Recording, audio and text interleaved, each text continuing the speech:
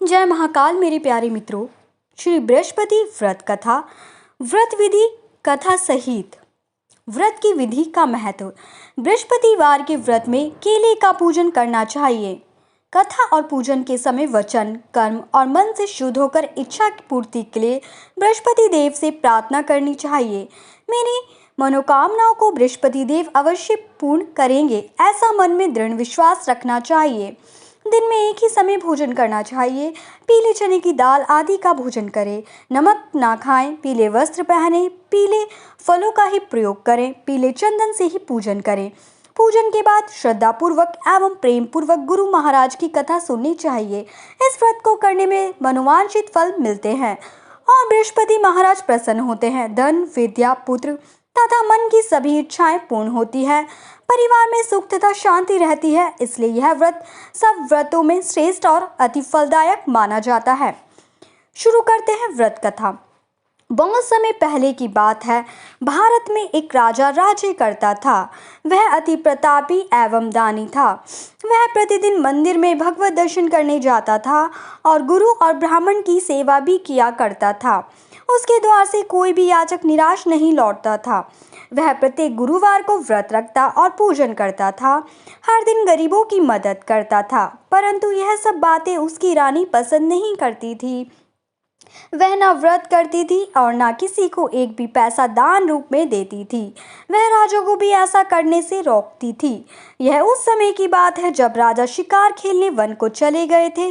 महल में सिर्फ रानी और दासी थी। उस समय गुरु बृहस्पति साधु का रूप धारण कर राजा के दरवाजे पर भिक्षा मांगने आए। साधु ने रानी से भिक्षा मांगी तो वह कहने लगी, हे साधु महाराज, मैं इस दान पुण्य से तंग आ गई हूँ। इस काम के लिए तो मेरे पति देव ही बहुत हैं। अब आप ऐसी कृपा करें कि सारा धन नष्ट हो जाए तथा मैं आराम से रह सकूं।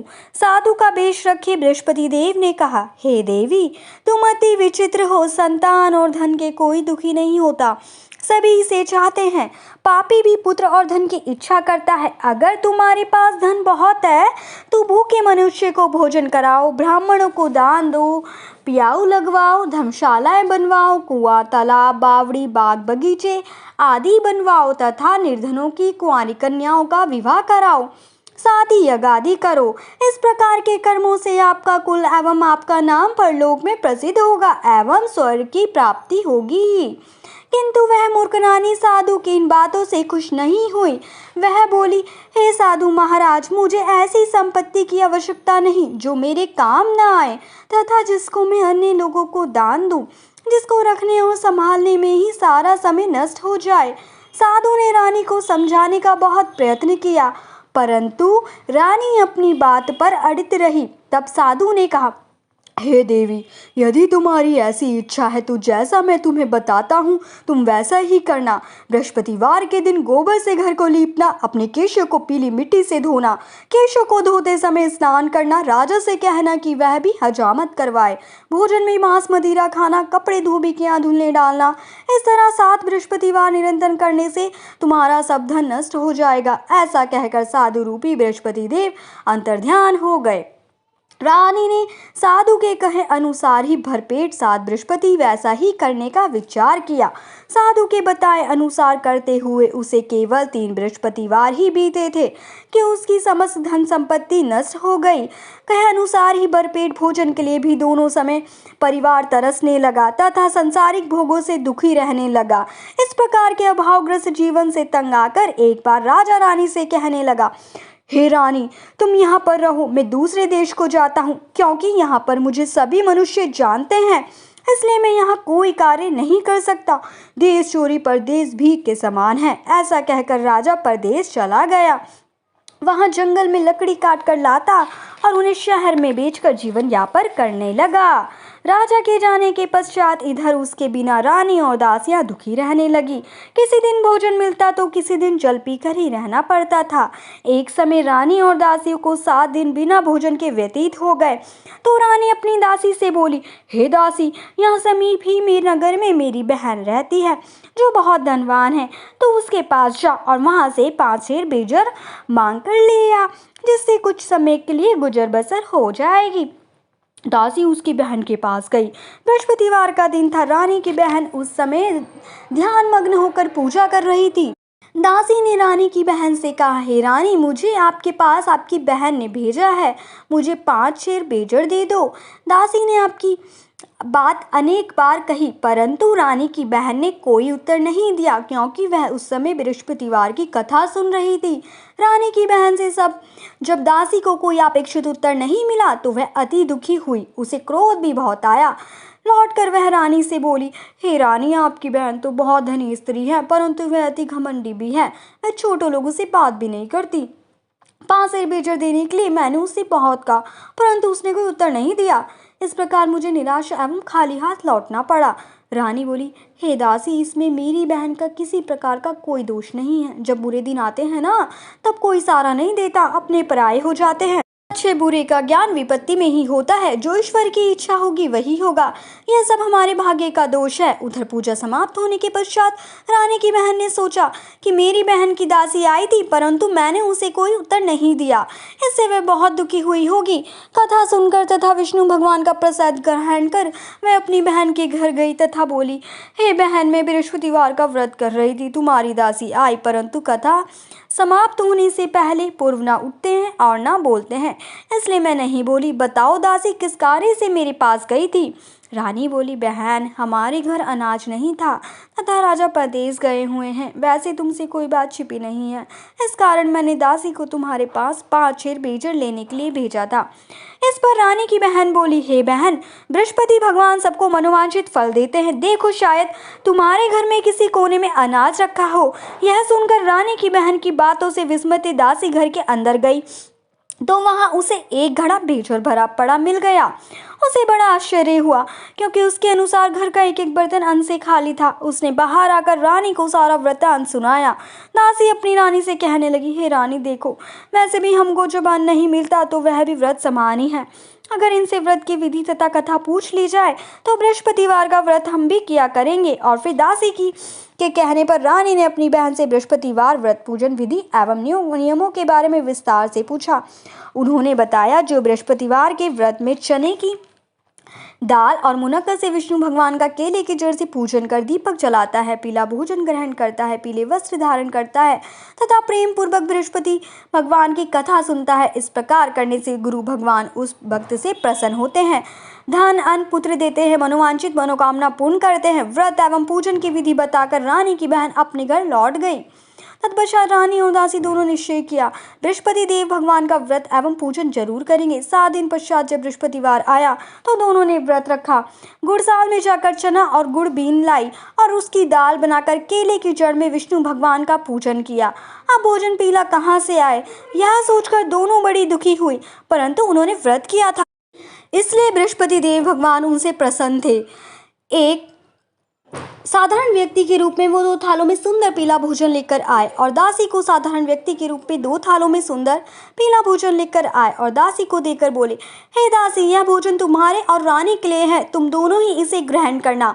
दासी भोजन पाकर अति प्रसन्न हुई और रानी से बोली, हे रानी, भोजन कर लो। रानी को भोजन के विषय में कुछ पता नहीं था, इसलिए वह दासी से बोली, जा, तू ही भोजन कर, क्योंकि तू व्यर्थ में हमारी हंसी उड़ाती है। दासी बोली, हे रानी, एक व्यक्ति इसलिए भोजन दे गया है। रानी बोली, वह भोजन तेरे लिए ही दे गया है, इसलिए तू ही भोजन कर। दासी ने कहा, हे रानी, वह व्यक्ति हम दोनों के लिए 2 थालों में भोजन देकर गया है, अतः मैं और आप दोनों ही साथ साथ भोजन करेंगी। दोनों ने गुरु भगवान को धन्यवाद एवं नमस्कार कर भोजन प्रारंभ किया। उसके बाद से दोनों प्रत्येक बृहस्पतिवार को गुरु भगवान का व्रत और पूजन करने लगी। बृहस्पति भगवान की कृपा से उन दोनों की भोजन एवं धन की कमी दूर हो गई, परंतु रानी फिर पुनः पहली प्रकार से आलस्य करने लगी। तब दासी ने कहा, हे रानी, आप पहले भी इसी प्रकार आलस्य करती थी। आपको धन संभालने एवं दान देने में कष्ट होता था, इसी कारण सभी धन नष्ट हो गया और हमारी ऐसी दुर्दशा हो गई। अब गुरु भगवान की कृपा से धन मिला है तो आपको फिर आलस्य हो रहा है। बड़े कष्टों के बाद आपने ये धन पाया है, इसलिए आपको दान पुण्य करना चाहिए।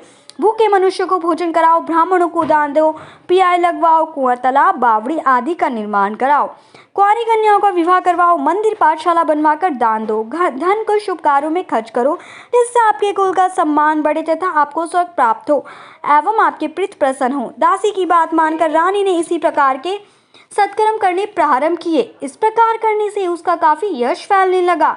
कुछ दिनों बाद एक दिन रानी और दासी आपस में विचार करने लगी कि ना जाने राजा किस दिशा में होंगे, उनकी कोई खोज खबर नहीं है। रानी राजा की कोई खबर न पाकर उदास रहने लगी। गुरु भगवान से उन्होंने प्रार्थना की और भगवान ने रात्रि में राजा को सपने में दर्शन देकर कहा, हे राजा उठ, तेरी नानी तुझको याद करती है, अब अपने देश लौट जा। राजा प्रातःकाल उठा। वह सोचने लगा कि मैं किस प्रकार रानी के पास खाली हाथ जाऊंगा। मेरे पास तो कुछ भी नहीं। स्त्री जाति खाने और पहनने की साथी होती है। पर प्रभु की आज्ञा मानकर वह अपने नगर को चलने को तैयार हुआ। परदेश में राजा बहुत दुखी रहने लगा। प्रतिदिन जंगल से लकड़ी बीन कर लाता और उसे शहर में बेचकर अपने दुखी जीवन को बड़ी कठिनाई से व्यतीत करता था। एक दिन राजा दुखी होकर अपने पुराने दिनों को याद करके रोने लगा। उस जंगल में बृहस्पति देव एक साधु का रूप धारण कर आए और राजा से बोले, हे लकड़हारे, तुम इस व्यावान जंगल में किस चिंता में बैठे हो, मुझे बतलाओ। यह सुनकर राजा की आंखों में आंसू भर आए और वह साधु को प्रणाम कर बोला, हे प्रभु, आप सब कुछ जानने वाले हैं। इतना कहकर राजा ने साधु को अपनी समस्त व्यथा सुना दी। तब साधु रूप गुरु भगवान राजा से बोले, हे राजन, तुम्हारी पत्नी ने बृहस्पतिवार के दिन बृहस्पति देव का अपमान किया था, जिसके कारण तुम्हारी ये दुर्दशा हुई। अब तुम किसी प्रकार की चिंता मत करो, भगवान तुम्हें पहले से अधिक धन प्रदान करेंगे। देखो, तुम्हारी पत्नी ने बृहस्पतिवार का व्रत प्रारंभ कर दिया है। तुम भी बृहस्पतिवार का व्रत करके चने की दाल व गुड़ जल के लोटे में डालकर केले का पूजन करो। फिर कथा कहा या सुनो, भगवान तुम्हारी सभी इच्छाओं की पूर्ति करेंगे। साधु के वचन सुनकर राजा बोला, हे प्रभु, मुझे लकड़ी बेचने से इतना पश्चात धन नहीं मिलता कि भोजन करने के उपरांत कुछ बचा सकूं। मैंने रात्रि में अपनी रानी को व्याकुल एवं व्यथित देखा है। मेरे पास कोई साधन नहीं है जिससे उसका समाचार भी जान सकूं। इसके अतिरिक्त मैं बृहस्पति देव की कथा भी नहीं जानता हूँ, जिसे कह या सुनकर मैं व्रत धारण कर भगवान बृहस्पति का पूजन कर सकूं। साधु ने कहा, हे राजा, तुम किसी बात की चिंता ना करो। बृहस्पतिवार के दिन नित्य भांति लकड़ियां लेकर शहर में जाओ। तुम्हें रोज से दुगना धन प्राप्त होगा, जिससे तुम भली भांति भोजन कर लोगे तथा गुड़ एवं चने का प्रसाद खरीदकर बृहस्पति देव की पूजा भी कर सकते हो। बृहस्पतिवार की कहानी इस प्रकार है। प्राचीन समय में एक बहुत ही निर्धन ब्राह्मण था। उसके कोई संतान नहीं थी। ब्राह्मण नित्य पूजा पाठ करता। ब्राह्मण स्वभाव से दयालु तथा धार्मिक विचार वाला व्यक्ति था, परंतु उसकी पत्नी बहुत मलिनता के साथ रहती थी। वह ना तो स्नान करती थी और ना किसी देवता का पूजन करती। सुबह उठते ही सर्वप्रथम भोजन करती, बाद में घर के अनेक कार्य करती। अपनी पत्नी की ऐसी आदत के कारण ब्राह्मण देवता बहुत दुखी रहने लगे। वे अपनी पत्नी को बहुत समझाते, किंतु उसका कोई परिणाम ना निकलता। भगवान की कृपा से ब्राह्मण की स्त्री की कन्या उत्पन्न हुई। वह कन्या ब्राह्मण के घर में बड़ी होने लगी। वह बालिका प्रातःकाल ही स्नान करके भगवान विष्णु का जप करती, बृहस्पतिवार का व्रत भी करने लगी। पूजा पाठ समाप्त कर पाठशाला जाती तो अपनी मुट्ठी में जो भरकर ले जाती और पाठशाला जाने के रास्ते में डालती जाती। भगवान बृहस्पतिवार की कृपा से वह जो स्वर्ण के हो जाते तो लौटते समय उनको बीन कर घर ले आती। एक दिन वह बालिका सूप में उन सोने के जो को फटक कर साफ कर रही थी। तभी उसकी माँ ने उसे देख लिया और कहा, हे बेटी, सोने को जो को फटकने के लिए सूप भी सोने का होना चाहिए। दूसरे दिन बृहस्पतिवार था। कन्या ने व्रत रखा और भगवान बृहस्पतिवार से प्रार्थना करके कहा, हे प्रभु, यदि मैंने सच्चे मन से श्रद्धापूर्वक आपका पूजन एवं व्रत किया हो तो कृपया मुझे सोने का सूप दे दो। बृहस्पति देव ने उसकी प्रार्थना स्वीकार कर ली। नीति की भांति वह कन्या जौ फैलाती हुई पाठशाला चली गई।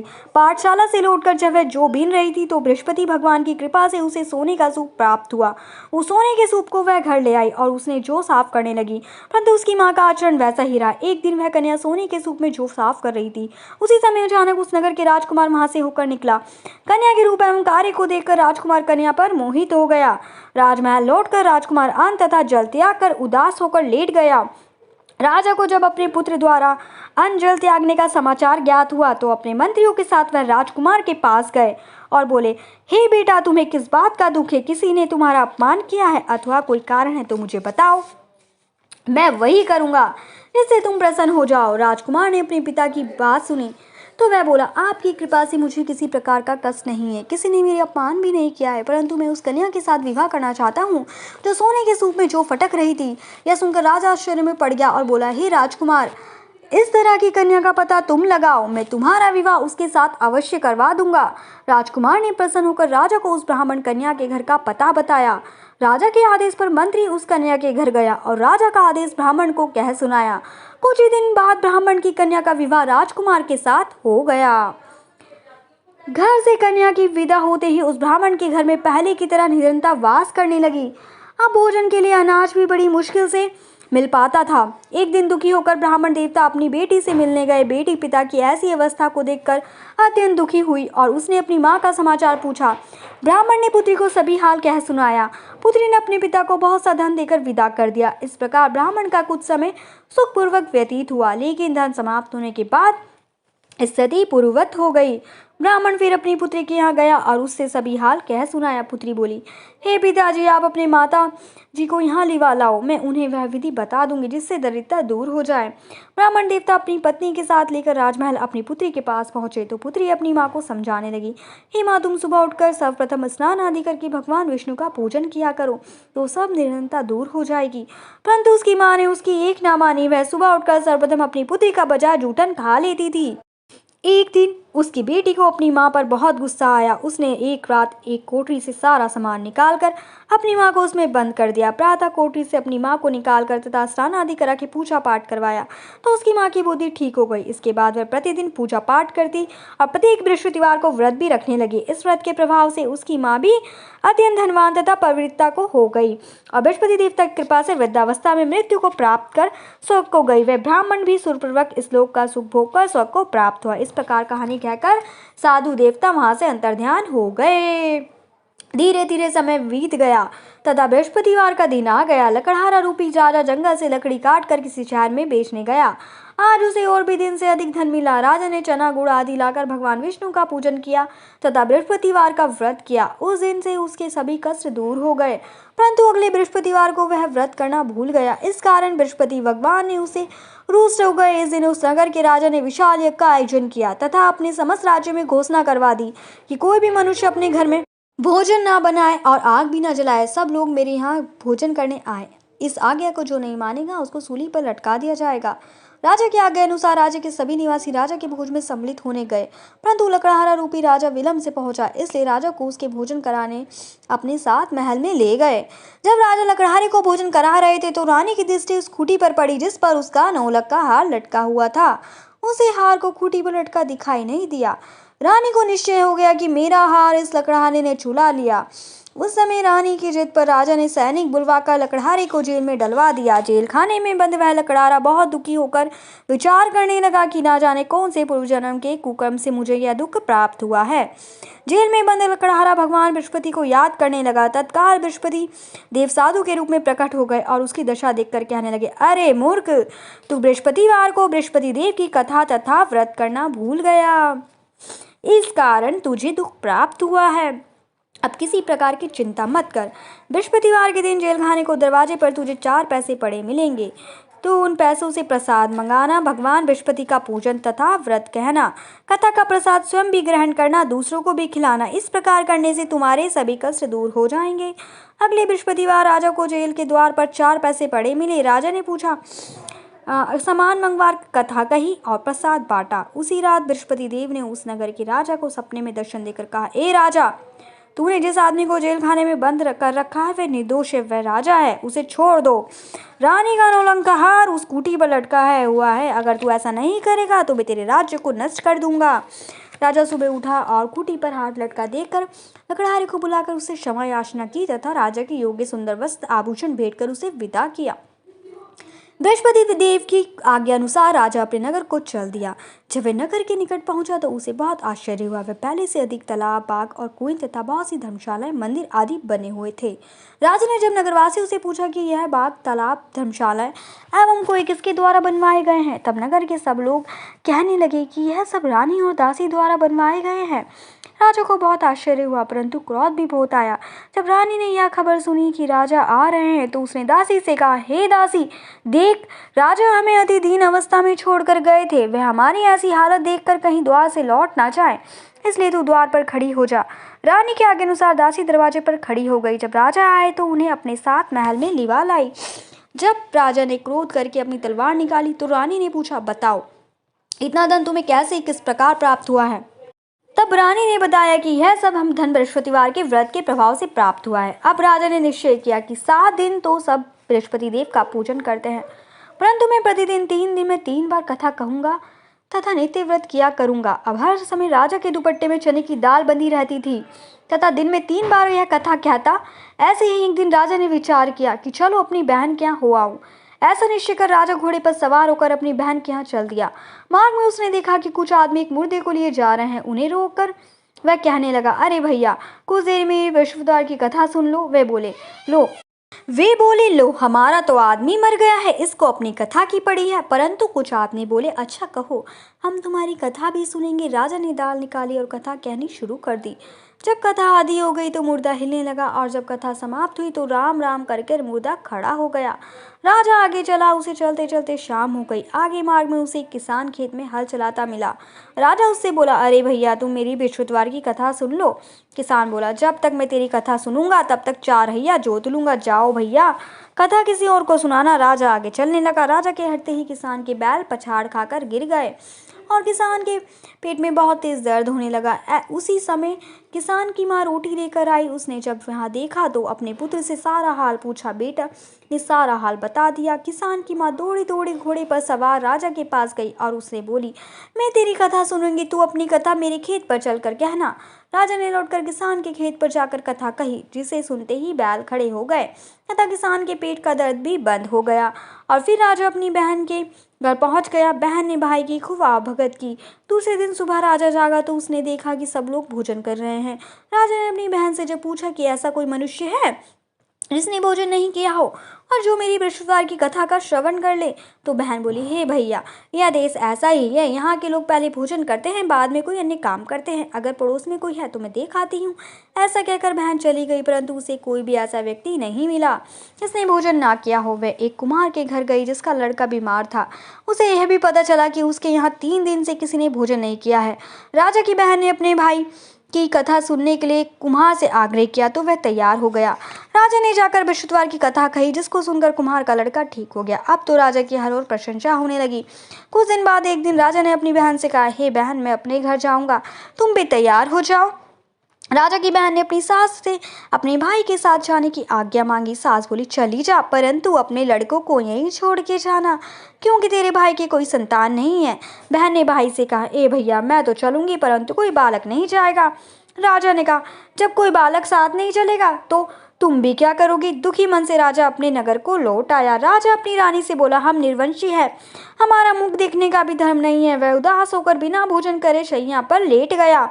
रानी बोली, हे प्रभु, भगवान बृहस्पति ने हमें सब कुछ दिया है, वे हमें संतान भी अवश्य देंगे। उसी रात बृहस्पति देव ने राजा को सपने में दर्शन देकर कहा, हे राजा, उठ, सभी सोच त्याग दे, तेरी रानी गर्भवती है। राजा को यह जानकर अति प्रशंसा हुई। 9वें महीने रानी के गर्भ से एक सुंदर पुत्र रूपी रत्न पैदा हुआ। तब राजा बोला, हे रानी, स्त्री बिना भोजन के रह सकती है, परंतु बिना कह नहीं रह सकती।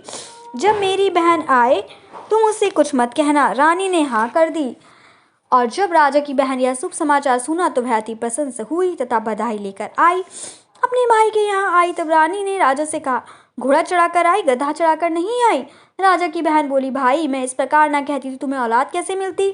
भगवान बृहस्पति ऐसे ही हैं, जैसे जिसके मन में कामना है सभी को पूर्ण कर मनोवांछित फल देते हैं। जो श्रद्धापूर्वक बृहस्पतिवार का व्रत करता है, कथा पढ़ता है अथवा सुनता है और दूसरों को सुनाता है, बृहस्पति देव उसकी सभी मनोकामना पूर्ण करते हैं। बृहस्पति देव उसकी सदैव रक्षा करते हैं। जो श्रद्धा एवं संपूर्ण आदर भाव से बृहस्पति देव का पूजन एवं सच्चे दिन से व्रत करते हैं, उनकी सभी मनोकामनाएं पूर्ण होती है। सच्चे मन एवं हृदय से रानी और राजा ने बृहस्पति देव की कथा का गुणगान किया।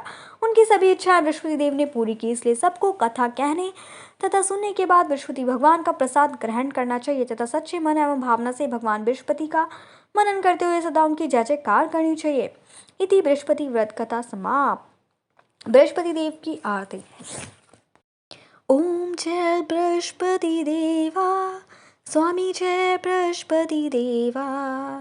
ओम जय बृहस्पति देवा, स्वामी जय बृहस्पति देवा। छिन छिन भोग लगाऊं, कदली फल मेवा। ओम जय बृहस्पति देवा। तुम पूर्ण परमात्मा, तुम अंतर्यामी, स्वामी तुम अंतर्यामी। जगत पिता जगदीश्वर, तुम सबके स्वामी। ओम जय बृहस्पति देवा। करणामृत निज निर्मल सब पातक हरता, स्वामी सब पातक हरता। सकल मनोरथ दायक कृपा करो भरता, ओम जय बृहस्पति देवा। तन मन धन अर्पण कर जो जन शरण पड़े, प्रभु जो जन शरण पड़े। प्रभु प्रकट तब होकर आकर द्वार खड़े, आकर द्वार खड़े। दीनी दयाल दयानिधि भक्तन हितकारी, स्वामी भक्तन हितकारी। पाप दोष सब हरता, बंधन हारी, ओम जय बृहस्पति देवा। सकल मनोरथ दायक सब संचय हारी, स्वामी सब संचय हारी। विषय विकार मिटाओ संतन सुखकारी, जय बृहस्पति देवा। जो कोई आरती प्रीत गावे, स्वामी प्रेम सहित गावे। चेष्टानंद कंद सो निश्चय फल पावे, ओम जय बृहस्पति देवा। सब बोलो विष्णु भगवान की जय, बोलो बृहस्पति भगवान की जय। जय महाकाल। मेरे प्यारे मित्रों, अगर आपको मेरी कहानी अच्छी लगी हो और मेरी वीडियोस अच्छी लगती हैं तो मेरे चैनल को